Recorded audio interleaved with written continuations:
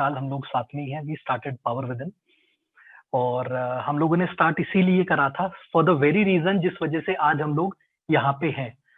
Opportunities आ जाती है, चीजें भी थोड़ी बहुत पता चल जाती है, लेकिन सही इंफॉर्मेशन मिलना वो एक बहुत बड़ा कंसर्न है, स्पेशली आज के टाइम में जहां पे कोई भी कुछ भी डाल सकता है, अनचेक्ड, अनवेरिफाइड। यानी कि anything can go viral, anything can get the top rankings आप गूगल सर्च पे, लेकिन वो राइट इंफॉर्मेशन है या नहीं है, that becomes a difficult challenge. दूसरा मैं आपसे पूछना भूल गया, मैं माफी चाहूंगा, ये कि is everyone comfortable with Hindi English? मैं प्रेफर करता हूँ हिंदी बोलते बोलते इंग्लिश स्विच हो जाना। I guess everyone is comfortable with that. Yes जी, तो हमने पावर विद इन इसी वजह से शुरू किया था कि हम साइकोलॉजी बेस्ड राइट इंफॉर्मेशन आप लोगों तक पहुंचा सके।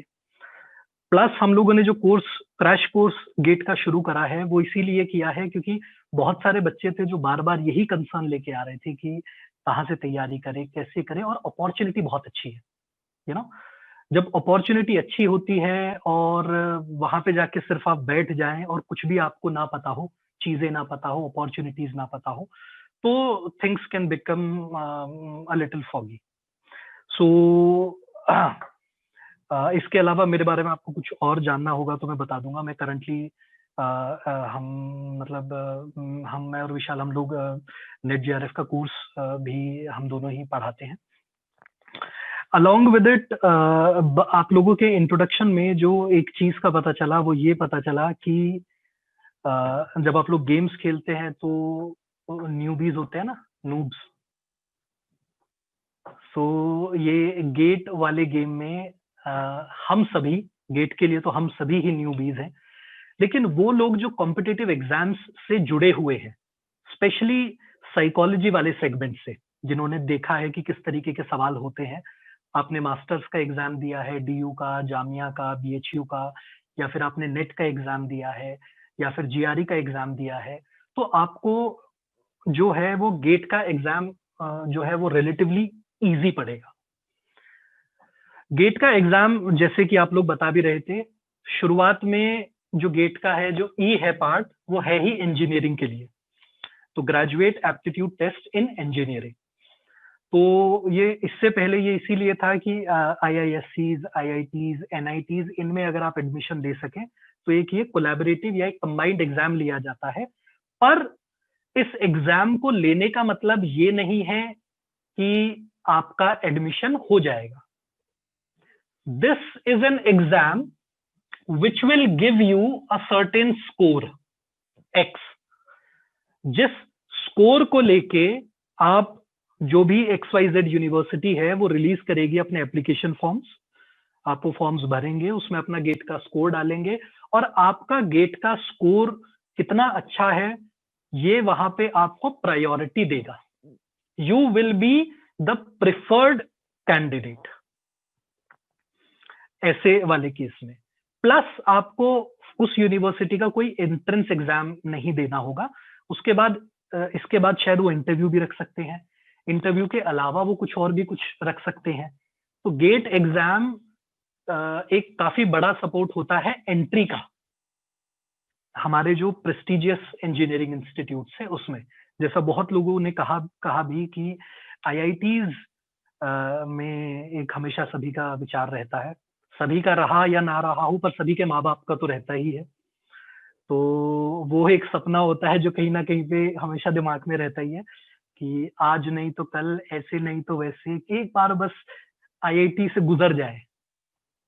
तो उस तरीके का जो फील है वो गेट वाला एग्जाम आपको दे सकता है। प्लस बहुत राइटली पॉइंट आउट करा वो ये कि रिसर्च बेस्ड प्रोग्राम ज्यादा हो। आईआईटीज के प्रोग्राम जो हैं वो लिमिटेड सीट्स के होते हैं, साथ में अपॉर्चुनिटी बहुत अच्छी होती है, आपके रिज्यूमे पे भी बहुत अच्छा रिफ्लेक्ट करता है, प्लस जॉब्स के लिए बहुत अच्छा रहता है। उसके अलावा जो बेस्ट चीज है वो ये है कि जितने भी लिमिटेड चीजें आईआईटी कराता है वो काफी अच्छी कराता है। They rigorously focus on the person जो भी उस कोर्स में एनरोल होता है। तो ये एक अच्छा बेनिफिट है आपका गेट से आईआईटीज में जाने का, कि वो केवल प्रेस्टिजियस इंस्टीट्यूट वैसे ही नहीं है, वो परफॉर्मेंस में भी प्रेस्टिजियस है। तो वो एक चीज आपको साइड काफी अच्छी देखने को मिलेगी, स्पेशली अगर आपने साइकोलॉजी बैकग्राउंड से हैं आप और आपने देखा हुआ है कि साइकोलॉजी को कैसे पढ़ाया जाता है या किस तरीके से दिखाया जाता है। ऐसे में ये काफी अच्छा एक इम्प्रूवमेंट, एक एनहांस चीज हो सकती है। बाकी लोग जैसे यहाँ पे कह भी रहे थे कि कभी आप विदेश जाना चाहें तो वहां पे टॉप यूनिवर्सिटीज के कैंडिडेट्स को ज्यादा प्रेफरेंस दी जाती है। प्लस कुछ एस्टैब्लिश्ड यूनिवर्सिटीज जो होती हैं, उन एस्टैब्लिश्ड यूनिवर्सिटीज से आपको उनके एक्स्ट्रा सर्टिफिकेट डिप्लोमा प्रोग्राम्स नहीं करने पड़ते, जो कि वो लोग उन्हें लगता है कि ये लैक कर रहे हैं, तो इससे थोड़ा सा बराबर हो जाएंगे हमारे स्टूडेंट्स के। इतना क्लियर है आप सभी को? ठीक है।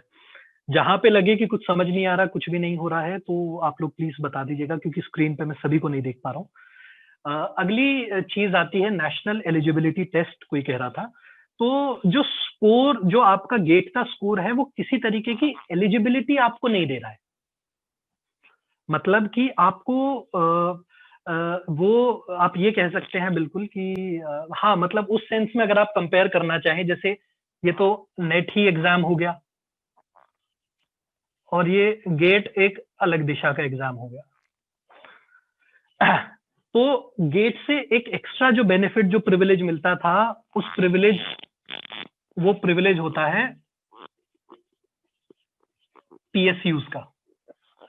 पीएसयूज होती हैं आपकी पब्लिक सेक्टर अंडरटेकिंग, जैसे भारत पेट्रोलियम और जो भी मतलब गवर्नमेंट बेस्ड ऑर्गेनाइजेशंस होती हैं, उन्हें हम कहते हैं पब्लिक सेक्टर अंडरटेकिंग। तो वहां पे जॉब्स के लिए बहुत सारी पोजीशन ऐसी होती है जिसमें आप डायरेक्टली गेट के स्कोर से जा सकते हैं। मतलब सरकारी नौकरी के लिए गेट का स्कोर जो है वो काफी अच्छा माना जाता है। एक दो पोजीशंस के लिए डायरेक्टली भी जा सकते हैं आप, और उसके अलावा आपका पब्लिक सेक्टर अंडरटेकिंग, यानी कि जितने भी पीएसयूज हैं, अगर वो जॉब ओपनिंग अपनी ले जाते हैं, खोलते हैं, तो उसमें गेट एग्जाम का स्कोर काफी वैल्यूड माना जाता है। माना नेट का भी जाता है, पर नेट वाले में दिक्कत क्या रहती है, जब आप आर्ट्स एंड ह्यूमैनिटीज से नेट करके जाते हैं पीएसयूज में, तो पीएसयूज वाले को भी नहीं पता होता कि मैं क्या करूं इसका। वो भी ढूंढने फिरने लगते हैं कि क्या नेट से हो सकता है, कैसे होगा, क्या होगा। गेट एक ऐसा एग्जाम है जिसका सबको पता है, क्योंकि वो हमारे यहाँ पे एक इंजीनियरिंग और आईआईटी से जुड़ा रहता है, तो वो पीएसयूज वाला बेनिफिट आपको रिलेटिवली ज्यादा देखने को मिलेगा गेट में रादर देन नेट में, जबकि दोनों ऑफर सेम चीज करते हैं कि आप उस तरीके की गवर्नमेंट बेस्ड ऑर्गेनाइजेशंस में आप डायरेक्टली जॉब के लिए अप्लाई कर सकते हैं। उसके बाद जो अकेला बेनिफिट आपका पीएसयूज के साथ साथ गेट एग्जाम का रहता है, which is the sole benefit, ये तो एड ऑन हो गया, दैट इज एडमिशन।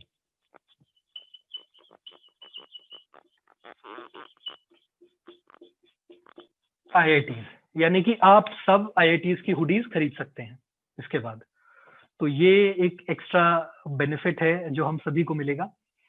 और तो गेट एग्जाम से क्या होता है, अगर आप गेट एग्जाम क्लियर करते हैं, गेट एग्जाम से आपको दो चीजें मिलती हैं।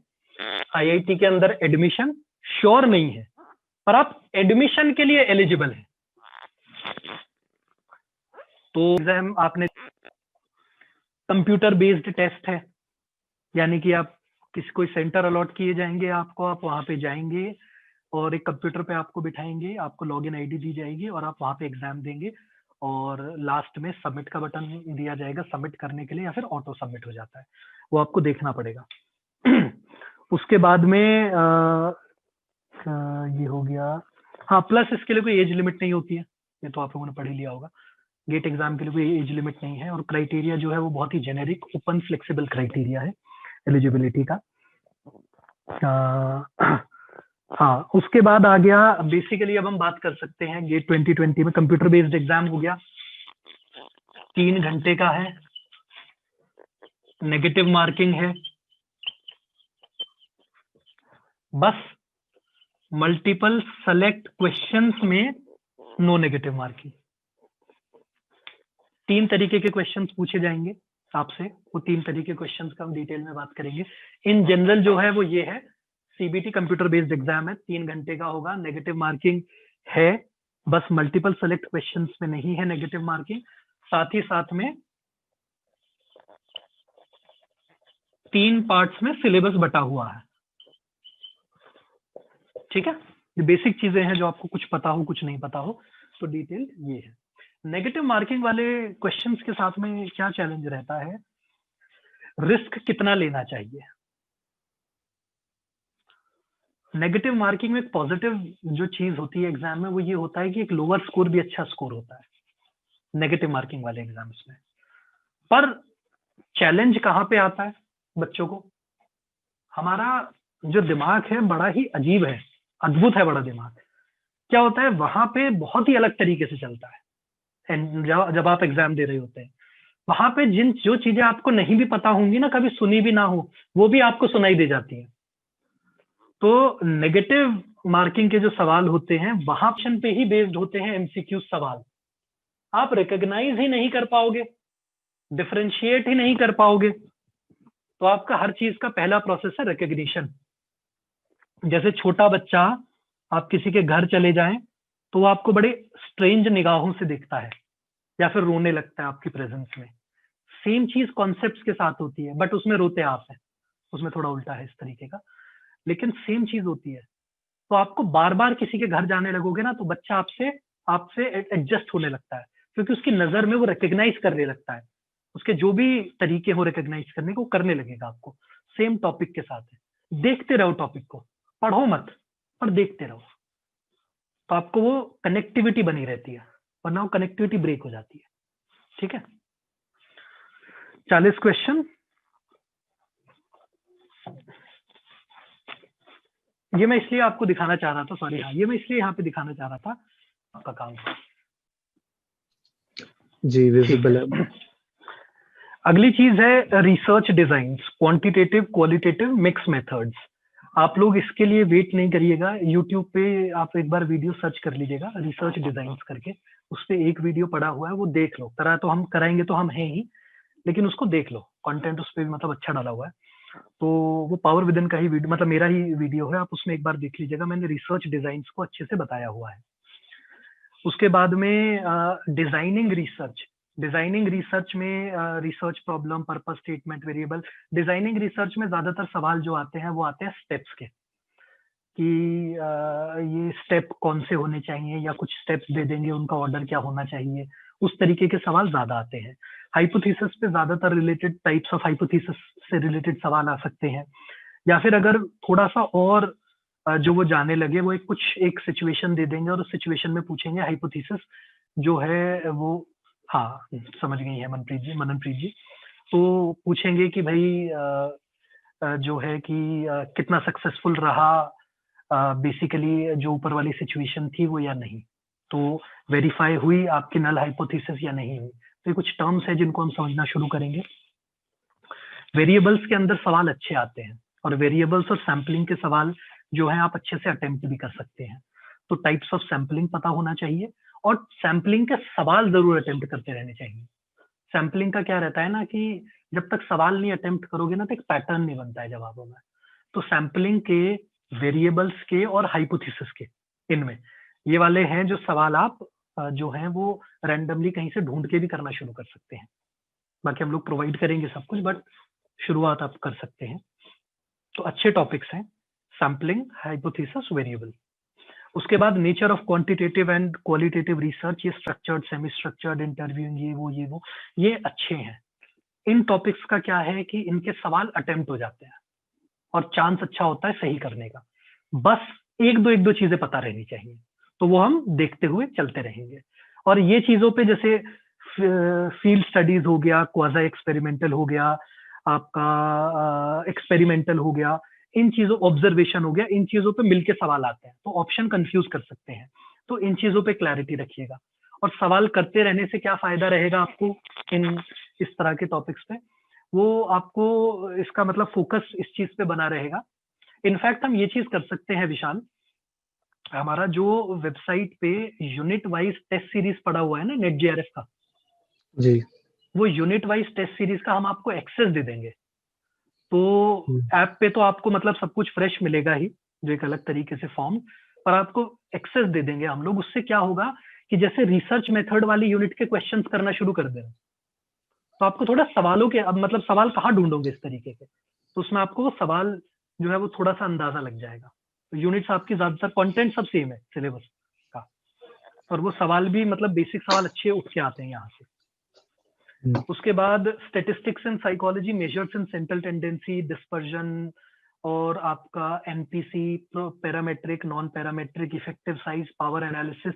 अजीब साउंड कर सकते हैं, बहुत स्कोरेबल है और इजी है, सच में इजी है। मैं अगर बता रहा हूँ तो इजी है। मैंने अपना रिसर्च और स्टैट्स ऐसे ही इंप्रूव किया है, वरना अच्छा नहीं था, मतलब बहुत ही बेकार था, सवाल देखते ही भाग लिया करता था। तो बेसिक मतलब स्टैंडर्ड डेविएशन तक के सवाल जो थे उस पर मेरे को कई महीने लग जाते थे सॉल्व करते हुए, तो पर होते नहीं थे। धीरे धीरे हो जाता है, पर सवालों को डरना बंद करना है। Measures of central tendency, dispersion, parametric, non parametric, बहुत ही बेसिक चीजें हैं, क्लियर हो जाएंगी, और इन पे सवाल आते हैं, मतलब सवाल आते हैं तो हो जाते हैं, ऐसा होता है। अभी जैसे देखो सैम्पलिंग में ही इसके अंदर ही आपको दिया हुआ है, मैं आपको नोट्स के, जब आपको नोट्स मिलेंगे तो नोट्स में एक टेबल मिलेगा आपको बना हुआ, बस वो टेबल आप अगर पढ़ लेंगे, देखो कितना बेसिक सा भाई, सीरियल लिखा हो वो आंख बंद करके लगा दो, 99% वो जवाब ठीक हो जाता था। तो अब वो चीजें पैटर्न अब निकालना थोड़ा मुश्किल हो जाता है उस तरीके की चीज, क्योंकि वो बहुत रेपिटेटिव पेपर दिया करते थे। लेकिन यहाँ पे जो अच्छी चीजें हैं वो ये है कि कोरिलेशन मेथड्स, बस आपको ये 4-5 जो है इनके नाम आपको बस चाहिए होंगे, और ये चाहिएगा एक वेरिएबल कौन सा है, दूसरा वेरिएबल कौन सा है, बस। उसके बाद रिग्रेशन में सिंपल, लीनियर, मल्टीपल, एक वीडियो है यूट्यूब पे ही, मेरी ही वीडियो है, स्टेटिस्टिक्स एंड साइकोलॉजी करके, वो देख लेना।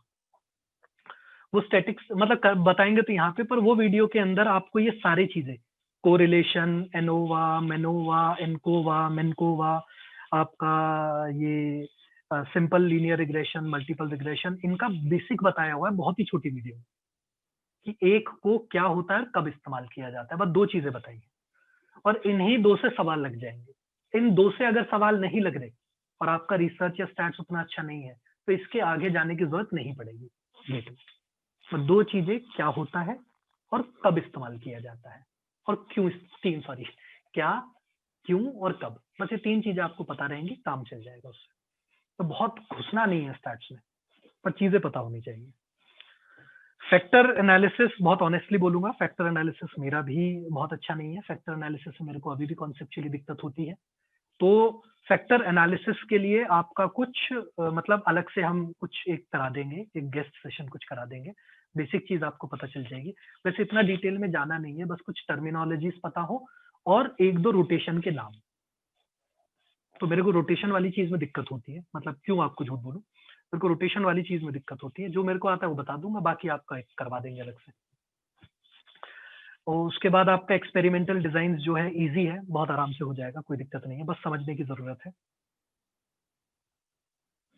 इनफैक्ट आप लोग करना चाहें, हम आपको नेट के कोर्स का भी एक्सेस तो पकड़ा ही सकते हैं शायद, उसमें हमारा कंटेंट कवर्ड है, वीडियोस तो हैं ही, आप मतलब पीछे से देखना शुरू कर सकते हैं कंटेंट वीडियोस का, और देखते हैं क्या किया जाएगा। लाइव में तो सब कराएंगे, पर वो वाली चीज है, आप अपना पेस पकड़ना चाहो, take your time still. Psychometrics बहुत इजी यूनिट है। साइकोमेट्रिक्स जो सिलेबस में दिया है उससे कभी मत घबराओ, क्योंकि सिलेबस इसका हमेशा पेचीदा ही साउंड करता है, पर सवाल बहुत सिंपल आते हैं, और कुछ कुछ चीजों में से आते हैं साइकोमेट्रिक्स में से। जैसे स्केल और आइटम कंस्ट्रक्शन एनालिसिस, इसमें से कुछ चीजें होती है, जैसे आइटम डिफिकल्टी, आइटम डिस्क्रिमिनेशन, जो आपको पता होना चाहिए, 2-3 चीजें बस। उसके अलावा बेसिक चीजें होती हैं। Methods of test, construction, reliability, validity, norms, तीनों अच्छे से आपको आना चाहिए। सवाल आते हैं और अच्छे से अटेम्प्ट हो जाते हैं इजीली। साइकोलॉजिकल टेस्टिंग का एप्लीकेशन पूरा नेट का सिलेबस है। बायोलॉजिकल बेसिस ऑफ बिहेवियर, ये मैं एक एक करके स्किप करता जाऊंगा, इसके अंदर सारी चीजें आपकी कवर हो जाएंगी, कोई दिक्कत नहीं है। परसेप्शन लर्निंग में भी देखो सारा का सारा वही है, बेसिक चीजें उठा रही है, जो इसमें नहीं दिया हो वो मत उठाओ टॉपिक, इसके अंदर जो दिया है वो चीजें क्लियर करते जाओ, हैवी मत करना कुछ भी। Cognition, thinking, intelligence, language, simple चीजें, कोई दिक्कत नहीं है। जो आपका पहला सवाल था वो आपका प्रॉब्लम सॉल्विंग में से था, सैंपल वाला। पर्सनालिटी की थ्योरीज जो हैं, जितना दिया है, वैसे तो जो दिया है उसमें सभी आ जाता है, इतना ब्रॉड दे दिया है, बट पर्सनालिटी का मतलब सिंपल चीज क्या है कि पर्सनैलिटी वाले में आपको अपने अलग से सेपरेट थ्योरी वाइज नोट्स बनाने की जरूरत पड़ेगी। मतलब मुझे इस बात का पूरा यकीन है। पर्सनैलिटी को ऐसे हल्के में मत लीजिएगा। पर्सनैलिटी के सवाल वहां जाके जवाब गलत हो जाते हैं और शुरू में हमें लगता है हमने टाइम इन्वेस्ट करके हम कर देते हैं, ज्यादातर बार ऐसा होता है। तो ऐसे में आपको पता होना चाहिए, एक तो ये चीजें पता होनी चाहिए, टाइप्स ऑफ डेटा, 3 सोर्सेस क्या होते हैं एम्पेरिकल डेटा के, L data, Q data, T data, ये चीजें कराएंगे, मतलब इन जनरल आपको बता रहे हैं, चीजें पता होनी चाहिए। उसके बाद में आपको थ्योरीज पता होनी चाहिए और पर्सनैलिटी की कुछ बेसिक थ्योरीज से चीजें शुरू होती हैं, वो चीजें आपको पता होनी चाहिए। और फ्रॉइड की चीजें, मतलब फ्रॉइड की थ्योरीज और बेसिक कॉन्सेप्ट्स तो मतलब थोड़ा देख ही लेना, वो तो जरूरी है पार्ट। देन आपका इमोशन ठीक है। जेम्स लैंग और कैनन बार्ड वाला, ये आपको मतलब ये दोनों थ्योरी, मतलब ये जितने भी थ्योरीज आपको चारों दी हुई हैं इमोशंस की, ये चारों थ्योरी अच्छे से होना चाहिए। मतलब इस पे सवाल आते हैं और लास्ट में दिक्कत कर जाते हैं सवाल, इन्हीं पे मतलब दिक्कत कर जाते हैं, तो इन पे आपको पता होना चाहिए, इन पे फोकस रहना चाहिए। बाकी चीजें तो बहुत ठीक हो जाएंगी, कोई दिक्कत नहीं है। सोशल सोशल मैं आपको रिकमेंड जरूर करना चाहूंगा। क्लास 12th की एनसीईआरटी की किताब में ग्रुप्स करके चैप्टर होगा, या एक कुछ सोशल कुछ करके होगा, तो सोशल साइकोलॉजी का जो रेलेवेंट है उसके अंदर क्लास 12th की बुक से एक बार उठा के पढ़ लो, 11th या 12th में से देख लेना कौन सी है, उसके अंदर टर्मिनोलॉजीज टू द पॉइंट दिया हुआ है। बाकी चीजें आपको कराई देंगे। ठीक है। एप्लीकेशंस और ऑफ साइकोलॉजी वाले के अंदर भी आपका कॉन्सेप्ट्स ऑफ मेंटल ये सब आराम से हो जाएगा, कोई दिक्कत नहीं है, धीरे धीरे सब हो एक जाएगा। क्वेश्चन था सोशल साइकोलॉजी में, व्हेन आई रेड 12th की बुक में चेंज की थ्योरीज, एटीट्यूड चेंज की थ्योरीज, तो it was a completely different story. When I read it in the GRE, it was a completely different story. उसमें ऐसे नाम थे जो ना मैंने पूरी बैचलर्स में पढ़े, ना मैंने अप्लाइड आप ये एनसीईआरटी वाला बता रही हैं, जीआरई का? GRE Kaplan, it GRE was easy, मतलब it was understandable, but it was a completely different universe altogether, where there are things that I did not know altogether. तो जीआरई वाले पे भरोसा करना और जीआरई वाले पे ही फोकस रखना। Okay. और जीआरई वाले का किताब मैं आपको ये चीज भी कहना चाहूंगा, जितना मुझे समझ है चीजों की, जीआरई वाला किताब का जो लेवल है ना, जो पैटर्न है, वो आपको अपने एग्जाम में भी एक्सपीरियंस करने को मिलेगा गेट वाले में। तो जीआरई वाला किताब तो मतलब फोकस पे रखना, उसमें जो टॉपिक जहाँ पे जैसे दिया वो चीज करते रहना, वो आपको एक सेपरेट चीज के तौर पे बता दिया है कि वो चीज करते रहना। तो जीआरई तो एक बार देख के बस कर लेना। कोई कुछ कह रहा था? बस ये सिलेबस में साइकोलॉजी है, बहुत ज्यादा सिलेबस नहीं है, मतलब जो ज्यादा पेचीदा चीजें लगती हैं, मतलब वो पेचीदा चीजें लगती हैं, एक तो ये डेवलपमेंटल साइकोलॉजी का कुछ थ्योरीज फॉलो करना, थोड़ा सा पर्सनैलिटी वाली जो थ्योरीज बैठ जाती हैं, थ्योरीज वाला पार्ट थोड़ा सा चैलेंजिंग पड़ता है हर चीज का, यहाँ पे बहुत ज्यादा थ्योरीज आ जाती हैं। तो जो चीज चैलेंजिंग लगे पहले उसके नोट्स बना लो, जो चीज चैलेंजिंग लग रही है ना उसको नोट्स में डाल लो और हैंड रिटन नोट्स में डाल लो। एक अच्छे कंटेंट में से थ्योरी देखो और उसके पॉइंट्स बना के अपने कर लो, वो टॉपिक आपका अच्छे से मजबूत भी हो जाएगा और दिखाने के लिए नोट्स भी रहते हैं। उसके बाद तो बाकी कुछ नहीं है, मेन बस चैलेंज जो आएगा वो थ्योरीज में आएगा। स्टेटिस्टिक्स वाला भी बहुत सिंपल चीजें टच करेंगे, बहुत अंदर गहराई में नहीं घुसेंगे। और साइकोमेट्रिक्स करेंगे, साइकोमेट्रिक्स में वही चीज, रिलायबिलिटी, वैलिडिटी, नॉर्म्स और टेस्ट कंस्ट्रक्शन वाली चीजों में बेसिक टर्मिनोलॉजीज। उसके बाद बायोलॉजिकल बेसिस ऑफ बिहेवियर मेरे को बहुत बोरिंग चैप्टर लगता है, पता नहीं क्यों। मैं देखते इसके बाद देखा मैंने सिलेबस भी कितना क्विकली कवर अप किया, मेरे को बायोलॉजिकल बेसिस पसंद नहीं ज्यादा, लेकिन अच्छा टॉपिक है, स्कोरेबल टॉपिक है अगर किसी की एरिया है। तो पर टू द पॉइंट चीजें इसके अंदर अच्छी हैं, जब आप काफी सारे पढ़ेंगे कुछ चीजें तो ये है। तो इसमें अब आप जो है फोकस थोड़ा सा बना के रखिएगा, वो इसी तरीके से बना के रखिएगा, थ्योरीज अपना हर चीज की कर लो क्लियर। उसके बाद में आपका बेसिक, अब आप ये बताइए, पहले रिसर्च से शुरू कर लेते हैं, पहले से शुरू कर लेते हैं, स्टेप 1 से। लेट्स स्टार्ट विद रिसर्च, जो सिलेबस है उसी सीक्वेंस में शुरू कर लेंगे, ठीक है सर।